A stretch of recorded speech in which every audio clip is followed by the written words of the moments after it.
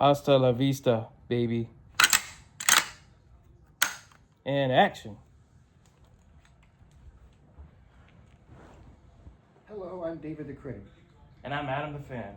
and we're here to talk about two of the biggest sci-fi movies ever made, Terminator and Terminator 2 Judgment Day. Now, I gotta be honest, I was never a major fan of the original, I have different opinions, but the sequel is one of my all-time favorite movies. I saw it on cable when I was 12, and it's a real core memory for me. I'll never forget the night I saw that on Fox Night at the Movies. I never forget the first time I ever saw a scene in a Terminator movie. It was Terminator 2 Judgment Day, one of the last scenes. We're going to talk about that later in the podcast. For now, I'm going to get started on talking about the original. Now, James Cameron actually came up with the idea from a nightmare he had when he was filming Piranha 2, of all things. He dreamed he was being chased by a cyborg assassin from the future. Now, that came from a mixture of stress from the chaotic production and food poisoning. Did you know about that? Yeah, he was later fired from that film, wasn't he? I didn't know that. What do you know about that? It may have been Orca 2. Not Orca. Not Orca. He had nothing to do with Orca.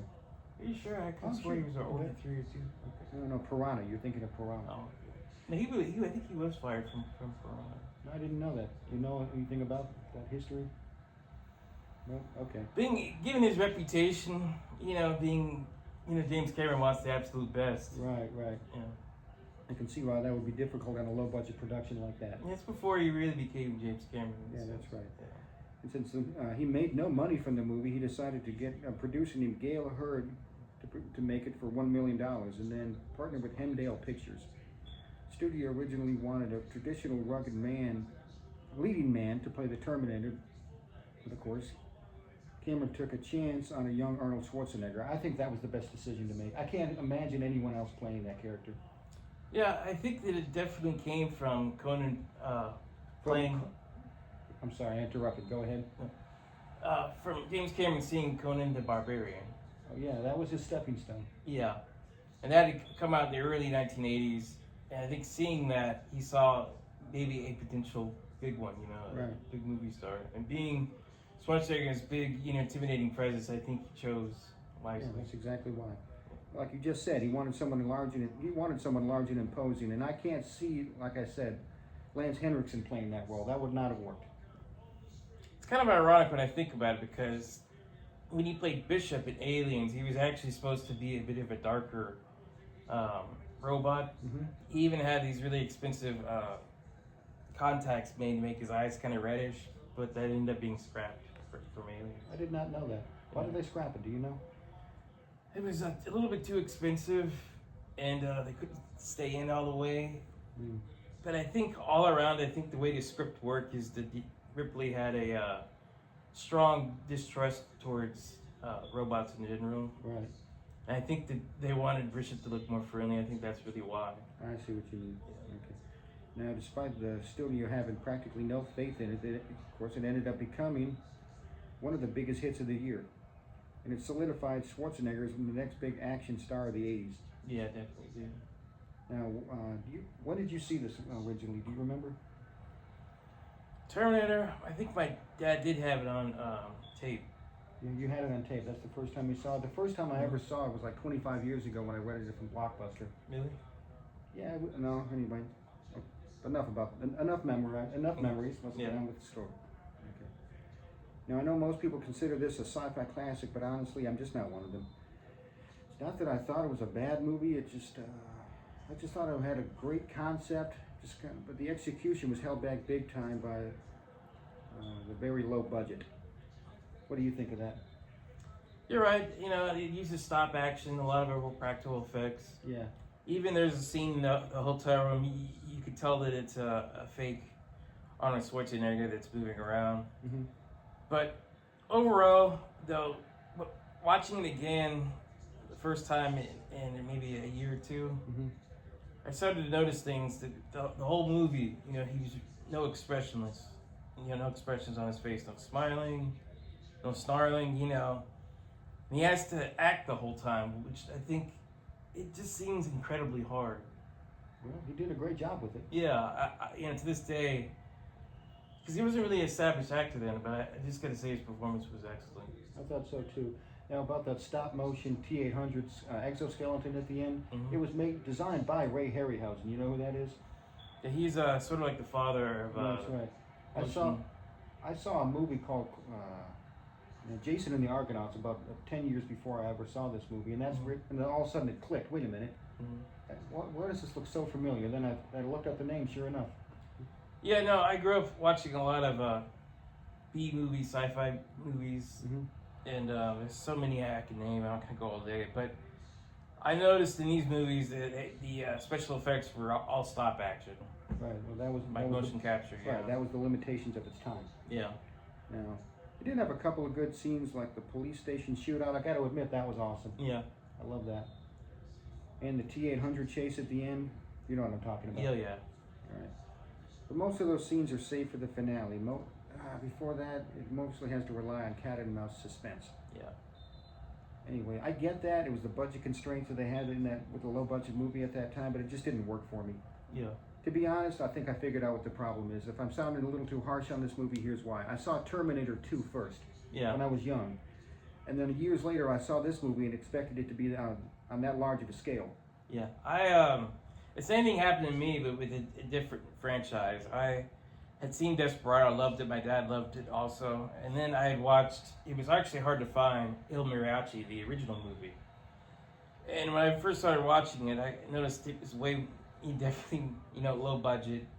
It was definitely an indie film. And initially I didn't like it. I don't think I even finished it. But later I went back and watched it, and I'm really glad I did, because I really appreciated the film. And it's nothing like, of course, the sequel. But I think there's sort of like a compare and contrast. There's sort of like, almost like in a way the same thing. You have a low budget movie that was, recognized, and then you have a big budget sequel. Right. With all the stars in it, Yeah, that's right. The benefits of a big budget. Yeah. And like I said before, there were other parts I liked in it too. Like what do I got here? The T-800. Well, of course, the classic scene when the T-800 goes to buy weapons. Yeah. Uzi 9mm. Yeah. Yeah. Hey, pal, just what you see on the shelf. Yeah, the plasma rifle with the 40-watt range. Yeah. Right. Anyway, but overall, it just didn't give me enough action in the beginning for me to fully enjoy it. It's not like I said, not a bad movie at all. Solid rental. I would give it 2.5 stars. I know you loved it. Yeah, I gotta say that I would give it definitely 4 stars. Oh wow. Okay. And what I love about it so much is it really shows. It's different from like all the other films, because the first two, they have this human element in it where it's like humanity fighting against inhumanity. And what I realized in these other sequels, in like Rise of the Machines, Salvation, and Dark Fate Genesis, somewhere along in those films, that got crisscrossed into like humor, pop culture. It's kind of like the opposite of it. It's like humans are inhuman and fighting the inhuman AI robots. Right, that's the subversion I like in these stories. But with the first two, you can see clearly it's humanity and the bad guys, inhumanity. Right. And take, for instance, this scene, Kyle Reese breaks it down perfectly. And not to get lost here, but I was thinking about this earlier.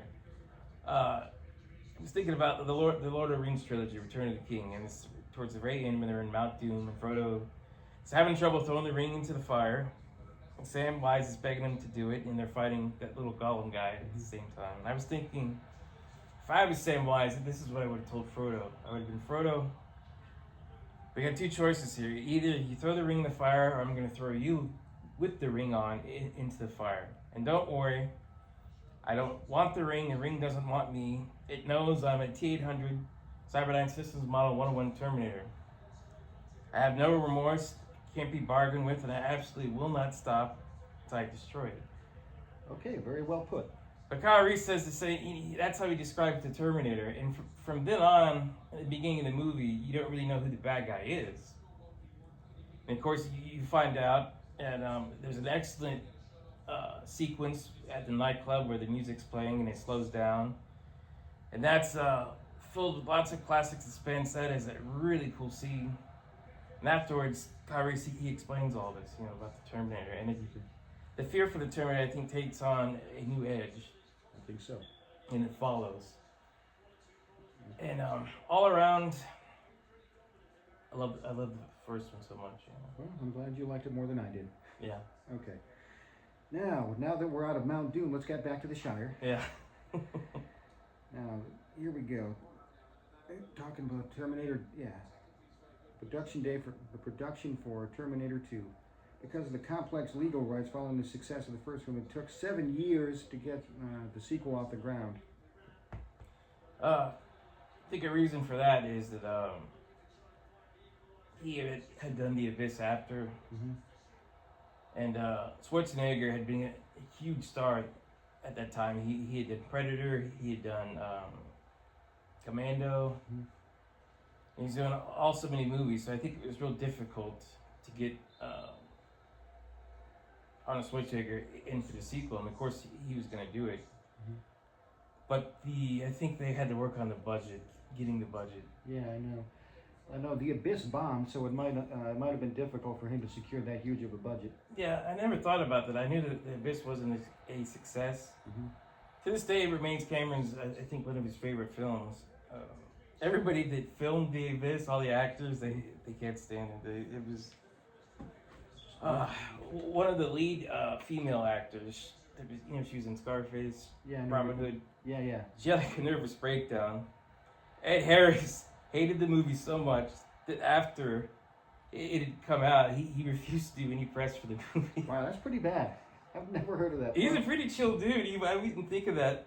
And to cap it all off, of course, it wasn't a success at all. No, it wasn't. They tried unsuccessfully to get Michael Biehn as a best supporting actor because of his villain, performance in the film. Yeah. I could tell a million other stories about the production of The Abyss, but we'll go on. Okay. All right. Cameron returned with his co-writer William Wisher to create a subversive sequel in which Schwarzenegger's villain from the first film was programmed to protect a young John Connor. The production became famous as the most expensive film at that time. Guess how much it was made? I guess what the budget was. $102 million. Wow. That sounds mid-budget now, but back then it was unheard of. Yeah, that would be close to like 250, 300 million now. That's right. I mean, that's a Marvel budget now. Yeah. A major portion was, of course, spent on the visual effects, mostly for the T-1000, which we'll get to later. Yeah. Anyway, despite the chaotic production, the movie went on to become one of the biggest films of the decade. Now, guess what movie surpassed it at the box office just a few years later? Jurassic Park. Yeah. Dun, dun, dun. Yeah. Now, without further ado, I got to... Again, this is one... not to repeat myself, but this is one of my all-time favorites, and it is right from the opening credits. This is a major improvement over the original, in my opinion. You got Brad Fiddel's musical score, which I put right alongside anything but John Williams. What do you think about that? I love Brad Fiddell. He did the music in Fright Night, which is one of my favorites, and he did the music in the first one as well. Right. Yeah, I think I loved it. It's one of my all-time favorite musical scores. What do you think? Yeah, it's one of my favorites too. All right, it's one of those scores that gives you emotional gravitas right out of the gate. It's a mixture of orchestral and industrial strength that was big back in the 90s. Of course, we were too young to remember that. Yeah. But it was the same sound that was used by bands like Ministry and Nine Inch Nails. I've never really been into Nine Inch Nails. What about you? Not as much, but yeah. Yeah, I listened to them a little bit, but you can definitely hear the similarities. Yeah. It works because not just because it's emotionally engaging, because it also fits the tone of the movie by being mechanical and wholly mechanical at the same time. And of course, you get the beautifully haunting shot of the charred playground. Easily my favorite shot in the whole movie. Yeah, you mentioned that James Cameron is just an evil genius. Yeah. And he puts those things in there. It's definitely symbolism. Definitely, yeah. Well, speaking of that, I'll get to that in a second. Those opening moments gave me more of a sense of emotional weight than in most of the original. Controversial statement, but it stands. Yeah. It cost $88 million more than the original, and all of it's on screen. This was open, and I didn't even notice until recently, but those spring rockers were meant to symbolize the 4 horsemen of the apocalypse. Yeah. And that's what, and you were right. He isn't. This is what I was thinking the same thing. He is an evil genius. Yeah. He gives us these twisted symbols of death and destruction in the most innocent place imaginable. Yeah. Yeah, that's how he always works, with his writing. Mm-hmm. And he's talking about, there's a nuclear holocaust that happens, It gives you an idea, Right. Everything I mentioned is just an example of how James Cameron evolved as a visual artist over the course of a decade. And of course, the $96 million budget didn't hurt either. Yeah. Right. This is really the whole opening scene is a microcosm for the rest of the film. It's a better looking and fully realized version of everything James Cameron was trying to do in the original. Yeah. Speaking of visuals, I couldn't get enough of the noir look of this movie. In fact, Cameron and his cinematographer used a very specific style called tech noir, right, which was the name of the club in the original. Yeah. What they did is they used a combination of high contrast lighting and icy blue metallic color palette, and also deep shadows to really drench the movie in stylized darkness. It's one of my favorite aspects of the movie. What do you think of that? Definitely, yeah. Okay. It's basically film noir filtered through machines and cyberpunk. I thought that was a really unique approach. Yeah. See, that's the brilliance of James Cameron right there. I'm sure you agree. He can create a tense, unnerving atmosphere just through the cinematography. Yeah. That is artistry. It is. I think, though, I want to mention this, that I think the Die Hard films helped in a way. How so? Helped work up the action. Because we were talking about earlier how the Terminator had a different action sequence. Go ahead. Terminator 2 sort of adopted this new action pace, and I think it's somewhat similar to the Die Hard sequels. Yeah, it is much faster. Yeah. And that's the thing about, goes in hand with what I'm saying now. Mm-hmm. Now, that's the thing about this movie. Even during the more quiet scenes, like when the trio was in the car together, when they're holed up in the truck stop overnight, the cinematography is always there to give you that sense of tension. It never bores you, even for a second. Yeah. It's a cinematic master. Oh, yeah. The movie's pace is relentless and has some of the greatest action films I've ever seen. Yeah. For example, the trucks, like that truck chase, Mm-hmm. that is one for the record books. Yeah. It's one of the greatest ever. And what really blows my mind? What? The fact that it was all done with stunt work and practical effects. Yeah. I miss those days. Even Arnold Schwarzenegger with the gun, the shotgun, on his first shot, he knocked the lock off the gate. That was the first take. I know about that. James Cameron couldn't even believe that. Yeah, that's kind of cool. That was awesome. And I love that little flip he does with the gun. Yeah, that's awesome. When they were filming it, he almost ripped his arm off. He almost broke fingers. What they had to do is later they had to put in a larger loop for the lever so he could do that correctly. Right. And when they were filming, I know the butt of the gun kept smacking the kid in the face. Yeah, that was another thing. But that was kind of funny. Now that one, anyway, like I was saying before, that means they had a stuntman driving a multi-ton freighter at full speed off the bridge into the alley. Yeah. And on top of that, he drove this giant rig at 60 miles an hour, practically blind, through a narrow ditch, onto the ground. Mm-hmm. Those are the kind of stunts that hazard pay was invented for. Yeah. If he ever did crash, what would break his fall? His gigantic balls. Yeah. Definitely. And of course, we got to talk about Robert Patrick as the T-1000. Yeah. Right, he's one of my all-time favorite sci-fi villains ever. Mm-hmm. What I love about him, he's the perfect intro. He's the perfect infiltrator. Yeah. Way more than Arnold in the original. What do you think about that? Well, he is an extension of Arnold. Yeah. But he had to be different. He had to be new, and he had to be, in a sense, superior. Right. If you see a giant Austrian muscle man coming towards you, you know it's trouble. Yeah. You don't know that with a guy like this. But it's remarkable because I think Robert Patrick really had to work hard because Robert Patrick is a fraction of the size than what Arnold Schwarzenegger is. Right. Now, what's brilliant about it is this: he disguises himself as a cop. Mm-hmm. With the T-800, yeah, like I said before, obviously you're going to be intimidated by a guy like that. Not to repeat myself, the T-800 is, but the T-1000 disguises someone society has been conditioned to trust and submit to. I thought was brilliant. Mm-hmm.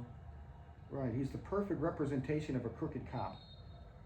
Right, he's calm, he's polite, he's professional on the surface, but underneath that, he's completely cold and calculating. Now, what really sells it is the groundbreaking ILM effects. Yeah. It's also like the little details when the T-1000 gets shot in the beginning with the 12 gauge and you see the ripples in the liquid metal. That's the amount of detail I love in this movie. Yeah, I was watching a Facebook reel or YouTube reel, whichever you call them, they're both the same thing. Mm-hmm. And Robert Patrick was signing autographs, and they asked him what was his favorite scene in Terminator 2, and he was like, I think, it was me walking out of the fire. Yeah, that was an awesome shot. After, the truck crash in the ditch canal. Right. And I agree with him on that, yeah. Okay. There's other little details that I thought I didn't even pick up on until I saw it again recently. Remember when he imitates John's foster mom? Yeah. You can see he still has the ring on his finger. Mm-hmm. I thought that was brilliant on James Cameron's part to include that. Yeah. And also the fact you see little details and nuances of his personality. Mm-hmm. Like he becomes more menacing and sadistic as the film goes along. I thought that was definitely awesome. Yeah. Now, I have my theories on this. I think what happened is, obviously he's an advanced life form designed to be cold and emotionless, but it was a living, learning computer. Yeah. Only like 100 times more advanced than the T-800. Yeah. And it started to adopt human behavior. Yeah. On top of now, let's talk about the differences between like the T-1000 and the T-800. Mm-hmm. And so, why do you think it is that the T-1000 became more sadistic, but not the Terminator? Well, the T-1000 was a prototype, mm-hmm. and it was near perfection. It was near. It was anyway. It was just like Captain Ahab. Yeah, that's right. He had to hunt his whale.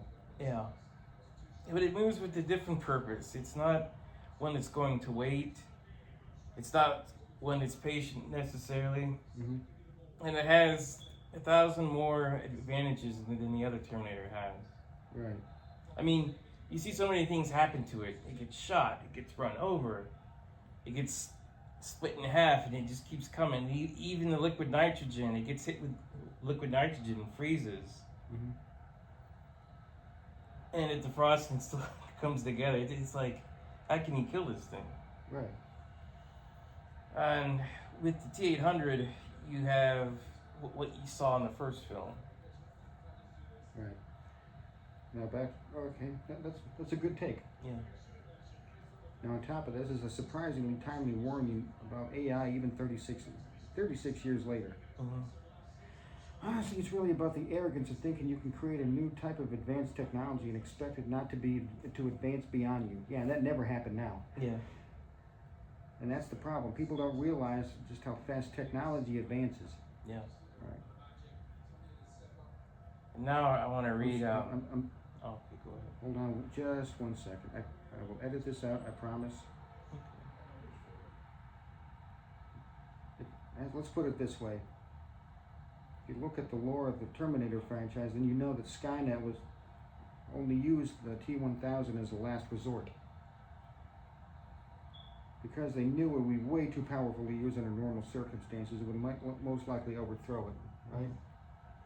We, on the other hand, created advanced technology that can do everything from complex equations that require PhD-level expertise and all the way to voice cloning, and decided, nah, it'll be fine. It doesn't need any constraints on it. Yeah. I want to read about my favorite scene in Terminator 2 here. I wrote the emotional gut punch scene. this is what I was talking about earlier. The first thing I ever saw in a Terminator movie. Okay. After a well-earned death scene, and this contains spoilers, just let you know. After a well-earned death scene where T-1000 is finally terminated. However, considering the plot, Sarah Connor's all the way with this. We go all the way. The T-800 also has to die. Feeling confident by destroying himself, he is the last living proof of Skynet. John refuses to let him die. Perhaps the best scene in the film is when John is crying. Early in the film, the T-800 asks John why he cries, and he explains when it hurts, when you're sad. At this moment, the T-800 tells him, I understand why you cry, but understand it's something I never will do myself. Ironically, he can't self-terminate, so Sarah Connor helps him, lowers him into the molten metal pit. The iconic thumbs up really gets me every time. The music also. A side note, this was the first thing I ever saw from the whole franchise. I remember it well. My dad liked to read the last page of a book before he actually would read the book. T-800 was very human in a way. I feel like it was a mistake killing him. Skynet will keep trying just like an evil chess computer. It's my favorite scene and one of the best in the franchise. Highway is clear and filled with unknown. But it's what I was talking about earlier. It's like you have Terminator that became very human, and it's like humanity wins over inhumanity. Right. So there you have it. For my money, this is James Cameron's masterpiece. It's got stunts and special effects that were way ahead of its time, a great hard rock soundtrack, plus one of my all-time favorite sci-fi villains. So if you want to see one of the greatest sci-fi movies ever, well, who am I kidding? Who hasn't seen this movie? Yeah. Or just a big fan of Schwarzenegger, definitely check it out. One of the coolest things about this film is if it's so many decades, when I would go see movies in the movie theater and the trailers would run, they would always say, from the director of Alien 2 and Terminator 2, you know. I remember that when I went to see Titanic. Yeah. I got one thing I wanted to add. This is kind of interesting. I had bought the game because I love playing video games. I bought the game last year, Terminator Resistance. And I had finished the main story a few weeks ago, and I finished the download, the DLC mission yesterday. Right. And one of the cool parts about this DLC thing is you play. It's between the events of the first two movies, but if you look at it from like the sequence goes, it's actually right before the first Terminator movie. So in a sense, it gives me sort of the Rogue One vibe. Right. And I'll explain why. Okay. So in this DLC mission, you play Jacob Rivers, and earlier when the whole mission starts, he gets separated from his dad. His dad's presumed lost or dead. Mm-hmm. He finds out later that his dad is alive and well, but he's in the Annihilation Line being held prisoner. Mm-hmm. And so after several missions, and crossing the Annihilation Line, which is, Skynet's HQ, it's suicidal. But after all the fighting, he finally gets to see his father. And his father had kept something. It was a message from John Connor, but it was supposed to go to Kyle Reese. Mm-hmm. And so his father gives him that message, and he dies, sadly. I think his father held on just to see him again, or just to pass the message. Similar to Attack of the Clones, where Anakin's mother was holding on just to see Anakin again. Right. But later, after the mission ends and they're driving, the main character asks Kyle, "What did he give you?" And it's the photograph of Sarah Connor. You seen the first one? Uh-huh. Yeah, I remember that. Yeah, I remember that from the game. Yeah, but it's like a really cool Easter egg. I thought so too. And I felt like all these movies that they made after the Terminator, they are not even on the same level. Even Dark Fate, I liked it. Same here. When it came out, but my big problem with it is that I don't think Sarah Connor could forgive the Terminator for killing John Connor ever. Right. The more I think back on it, the more plot holes I see. And it sort of created a big vortex of what's supposed to happen with the machines. Right. And it's confusing as hell, and I've given up. I couldn't even finish Genesis. I wish I had. I liked The Rise of the Machines. It was actually good, but it would have been a lot better if it had Edward Furlong, but he screwed that up. Not blaming the movie being bad because not at all, but Salvation I actually really liked when it came out. I enjoyed it. But it's the only movie that doesn't have Schwarzenegger in it. The only Terminator movie. There you go. And I feel that movie would have been better if John Connor had died at the end. Really, that is a major hot take. I do not agree with that one bit. Well, technically, I think that was what was supposed to happen. Yeah, that was the theatrical. That was the original idea. Mm-hmm. But the studio made him change it. Yeah. But all around, though, these Terminator movies, they're excellent. I think one of the main reasons why we're doing this podcast now is because sometime in the future, they're going to reboot it. Oh, yeah. And we did this as a tribute. It's like we want to remember these movies being what they were, being great. Yes. And something that just can't be duplicated again. That's right. These are time capsules. Yeah. Okay, well, I hope you enjoyed the show. We'll see you next podcast. See you next. Please hit the like and subscribe button. That's right.